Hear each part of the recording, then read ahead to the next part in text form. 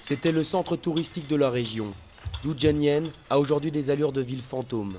À 13 km de l'épicentre, la zone est sinistrée, 80% des logements sont inhabitables. Un an après le séisme, Zhuming a encore du mal à revoir son ancien immeuble.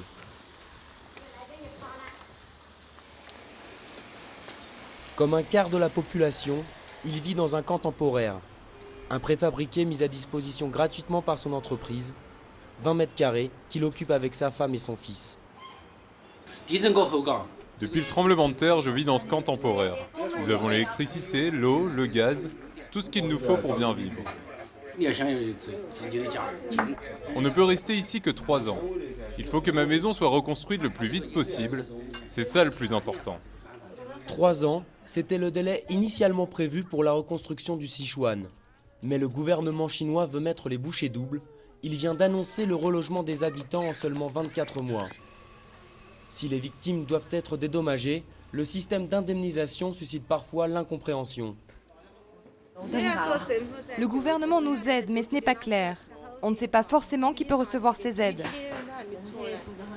C'est vrai que ce n'est pas clair. On ne nous a pas bien expliqué cette politique de relogement. On a de grandes inquiétudes. Certains camps accueillent plus de 10 000 personnes, de véritables petites villes avec écoles, mairies, hôpitaux ou supermarchés. Ici, tout le monde se connaît.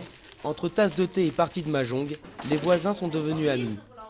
Une ambiance qu'apprécie la famille Zhu, même si désormais, la promiscuité devient pesante. Nous serons tristes quand nous allons quitter ce camp, mais nous voulons vraiment être chez nous. La vie n'est pas désagréable ici, mais on est juste à côté de la zone industrielle. C'est sale, il y a beaucoup trop de poussière pour la santé. Pour reconstruire la ville et reloger ses habitants, le Sichuan va dépenser 12 milliards d'euros dans les années à venir, l'équivalent des investissements réalisés lors des JO de Pékin.